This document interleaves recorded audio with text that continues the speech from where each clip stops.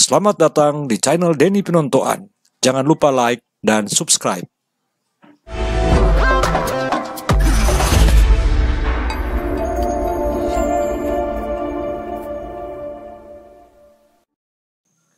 Selamat Makudapa, Pak Bea. Ketemu lagi kita di channel Denny Pinontoan.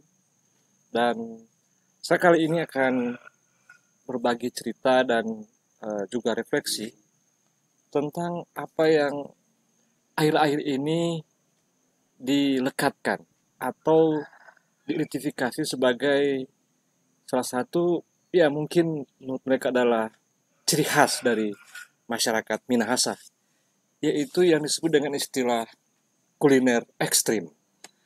Nah, saya berapa kali diwawancarai oleh wartawan, baik wartawan yang kantor redaksinya berpusat di daerah ini, ataupun itu media nasional atau juga media internasional yang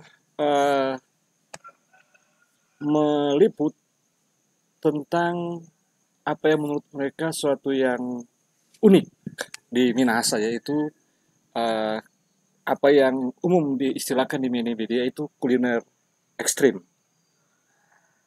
Sebenarnya belum terlalu jelas juga apa yang dimaksudkan dengan kuliner ekstrim itu, tapi saya menduga yang mereka maksudkan menunjuk pada kebiasaan yang menurut mereka itu adalah tradisi dan kebiasaan orang Minahasa mengkonsumsi, ya misalnya daging kelelawar, tikus, juga ular, daging anjing dan lain sebagainya. Sehingga di sini pun pemerintah misalnya menetapkan pasar Tomon itu julukannya adalah pasar ekstrim. Itu sudah diterima dan dibayangkan itu akan menarik para wisata dalam hal kuliner. Nah, kaitan dengan itu, saya bertanya-tanya tentang apa yang oleh para wartawan ini atau masyarakat pada umumnya yang memandang Minahasa sebut dengan kuliner ekstrim. Apakah bahwa masyarakat Minahasa dalam hal tadi itu memiliki tradisi-tradisi yang tidak biasa, sesuatu yang bukan hanya unik, tapi sesuatu yang melampaui dari apa yang dapat diterima oleh kebanyakan orang, terutama misalnya dari segi apakah moral atau dari segi kebiasaan mengkonsumsi sesuatu. Nah, kalau itu yang dimaksud, maka bukankah kalau kita berjalan-jalan ke daerah lain, kita juga akan menemukan tradisi kuliner atau bahkan jenis-jenis makanan yang mungkin menurut orang Minahasa sendiri adalah aneh, unik, khas, dan bahkan dia agak sulit untuk memakannya. Misalnya di satu daerah di Jawa, saya pernah menonton televisi, ada yang menjual serangga goreng. Nah, juga ada yang diliput oleh media mengkonsumsi darah ular kobra. Nah, di Minahasa itu aneh. Orang-orang Minahasa kan menganggap itu sesuatu yang sangat sulit diterima. Tapi apakah dengan demikian maka kemudian orang-orang kita akan menyebut itu, masyarakat itu menerima atau menjalankan tradisi kuliner ekstrim? Nah, saya kira tidak langsung. Nah, yang menarik juga kaitan dengan pelabelan itu, bahwa sebenarnya para leluhur Minahasa di abad 19 kemudian masuki awal abad 20, sebenarnya yang paling awal menerima kuliner Eropa atau kuliner yang katakanlah sudah dianggap oleh masyarakat kini sebagai yang modern. Misalnya kita mengenal ada Brenebon, itu sup kacang merah.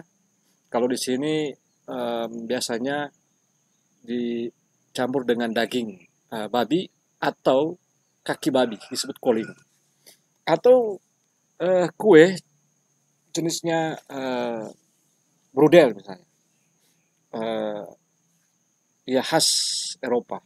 Tapi kemudian yang terkenal hari ini yang menjadi oleh-oleh, sering kalau ada orang dari luar datang ke Minahasa, kelapa tart dan banyak lagi. Saya pernah membaca sebuah uh, buku resep, penulisnya Nona Cornelia. Itu ditulis 1859, tapi edisi pertamanya sekitar 1845. Dia menyebut berapa resep, baik sup atau kue atau juga masakan lainnya yang dapat ditemukan di Minahasa hari ini. Yaitu misalnya kue cucur, apam, kolombeng, lalu kemudian jenis-jenis masakan daging babi, babi kecap, dan lain sebagainya. Ada juga buku resep yang terbit sekitar 1920-an atau 1930-an. Yang membaca buku resep itu, kita akan menemukan uh, banyak sekali makanan yang khas di Minahasa yang disebutkan di buku resep itu. Jadi ada sesuatu yang agak kontra.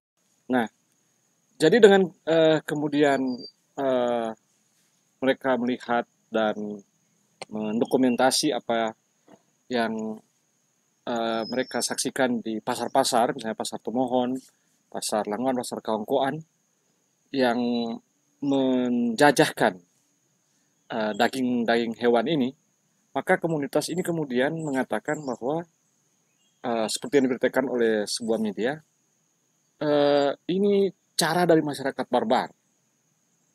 Nah, jadi sudah ada dua hal yang kontras, yaitu satu pihak, orang-orang juga menyebut, peneliti Hetty Palm misalnya menyebut bahwa di Indonesia ini, di kepulauan ini, satu-satunya daerah yang hampir keseluruhannya budaya tradisinya itu hilang adalah Minahasa. Artinya bahwa masyarakat Minahasa itu hampir total, menurut Hetty Palm yang belum tentu benar, telah mengadopsi tradisi barat yang modern. Tapi justru di abad 21 ini datang sebuah kelompok ini yang masih mengidentifikasi orang Minahasa menurut mereka sebagai masyarakat yang barbar, karena mereka melihat masih mengkonsumsi daging-daging, apakah daging buruan atau daging-daging yang menurut mereka ekstrim. Nah, tentu ini hal yang menarik karena terkait dengan cara pandang. Jadi di satu pihak modernitas memang telah masuk ke Minahasa, cara berpakaian, bahkan pada banyak jenis kuliner kita menemukan ada banyak sekali jenis-jenis makanan yang diadopsi dari luar. Tapi kemudian oleh cara pandang ini juga memberi label apa yang mereka masih temukan di masyarakat Minahasa modern. Nah, agak sulit menjelaskan ini. Sebab di satu pihak ada pendapat yang mengatakan orang Minahasa itu sudah cukup barat, cukup modern, mulai dari akhir abad 19, awal abad 20. Tapi di dekade kedua abad 21 ini, mereka ya dari kebudayaan yang sama masih menemukan bahwa ada cara-cara yang barbar. Jadi akhirnya yang saya mau katakan bahwa sebenarnya yang menentukan ini adalah cara pandang. Sebab yang disebut ekstrim, yang disebut barbar, atau apapun itu yang dilabelkan untuk menunjuk pada yang tidak sesuai dengan moral dari yang menilai itu relatif. Nah, saya kira satu hal karena ada persoalan bagi orang-orang ini, juga orang-orang Minahasa, dalam memandang apa yang disebut dengan kebudayaan Minahasa atau kebudayaan pada umumnya. Seolah-olah kebudayaan itu atau budaya itu sesuatu yang statis, sesuatu yang hanya berkisar di masa lampau, dia tidak berubah, atau ada yang kemudian membayangkan ada yang asli dari budaya itu. Padahal sebenarnya budaya itu dinamis. Dia juga tidak linear. di pertengahan abad 20 ada pendapat yang mengatakan bahwa orang Minahasa sudah sangat barat. Sampai pertengahan abad 20 ada yang mengatakan begitu, orang Minahasa sudah sangat barat. Tapi di dekade kedua abad 21 kita ada juga yang masih mengatakan itu. Ada yang masih mengatakan orang Minahasa barbar karena masih mempraktikkan tradisi kuliner yang menurut mereka tidak sesuai dengan zaman atau bahkan tidak sesuai dengan selera. Nah, di balik semua ini sebenarnya di dalamnya adalah ideologi. Yang ideologi itu sebenarnya tidak juga berubah jauh dari apa yang dikenakan pada orang-orang Minahasa atau daerah-daerah pada umumnya di Nusantara ini mulai katakan abad 19 sampai awal abad 20 itu. Yang oleh Biku Parik menyebutnya monisme moral. Nah, sehingga kaitan dengan itu soal ekstrim. Padahal dia sebagai kata netral. Tapi sebagai sebuah label, bahkan sebagai sebuah stigma yang kemudian diterima sebagai sebuah kebanggaan oleh orang-orang Minahasa, itu mengandung beberapa masalah. Nah, antara lain misalnya soal tadi.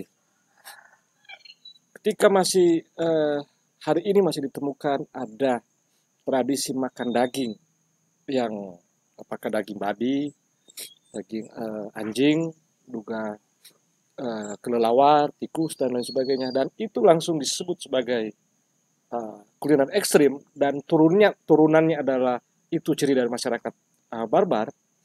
Itu ingin memberi bukan hanya kesan, tapi juga dia langsung memberi batasan pada komunitas ini, Minahasa misalnya. Nah, padahal sebenarnya jika kita coba memasuki lebih jauh ke dalam soal adanya kenyataan ini, ya kita menerima bahwa ada kenyataan di pasar Tomon misalnya orang menjual daging anjing dan lain sebagainya. Kita akan menemukan sebuah narasi yang kompleks. Nah, contohnya begini. Waktu lalu sekitar 3 atau 2 bulan lalu memang sudah di masa pandemi, seorang asisten wartawan sebuah media internasional di Amerika menghubungi saya untuk membantu menerjemahkan dialog yang ada dalam sebuah video, dialog dari para penjual daging anjing. Nah, yang kebanyakan menggunakan bahasa Melayu. Awalnya mereka keliru juga, menurut mereka kira itu bahasa Minahasa, padahal itu bahasa Melayu Manado. Tapi yang poin penting ingin saya sampaikan kaitan dengan itu, bahwa media ini rupanya sedang melakukan sebuah liputan besar yang isunya adalah perdagangan isu. Nah, itu perdagangan isu kekerasan terhadap hewan oleh seorang yang ditemukan dia dekat dengan artis-artis Hollywood di Amerika. Dia datang ke beberapa negara termasuk Indonesia dan terutama ke Tomohon, pasar Tomohon yang sudah terkenal sebagai pasar ekstrim, untuk membuat liputan dan mendokumentasi dalam bentuk video penjualan daging anjing. Nah, tapi yang kemudian menarik perhatian dari media ini adalah cara dari si orang itu mendapatkan dokumentasinya. Nah, jelas pertama bahwa dokumentasinya itu dalam bentuk video untuk dijual dalam tanda kutip kepada orang-orang yang sudah bersedia mendonasikan uangnya untuk katanya dalam rangka penyelamatan hewan, dalam terutama anjing dan kucing. Nah, video itu jelas sekali menunjukkan bahwa si orang ini rupanya sudah melakukan semacam kesepakatan dengan berapa penjual daging anjing di pasar Kota Tomohon, dan oleh si asisten wartawan ini mengatakan mereka duga kuat sekali si orang itu telah membayar para penjual daging anjing itu. Nah, untuk mendemonstrasikan cara menyembeli anjing. Nah, saya sendiri sudah sering sekali ke pasar Kota Tomohon, tapi ketika menonton video itu tidak tahan. Dan karena apa? Karena benar-benar ditunjukkan yang oleh si orang itu, dan memang begitu kenyataan foto itu, kekerasan terhadap hewan. Dengan demikian, isu kuliner ekstrim sebenarnya terutama adalah lebih terkait dengan cara pandang, dan ini berkaitan juga dengan bagaimana lahirnya suatu definisi, suatu label, bahkan mungkin boleh dikatakan satu stigma yang tidak semua berdasar pada kenyataan. Pun ada semacam sepotong-sepotong atau beberapa fakta yang menunjukkan itu, tapi perlu didalami. Dengan demikian, apa yang oleh pihak-pihak tertentu atau yang umum dikenal sebagai kuliner ekstrim Minahasa itu tidak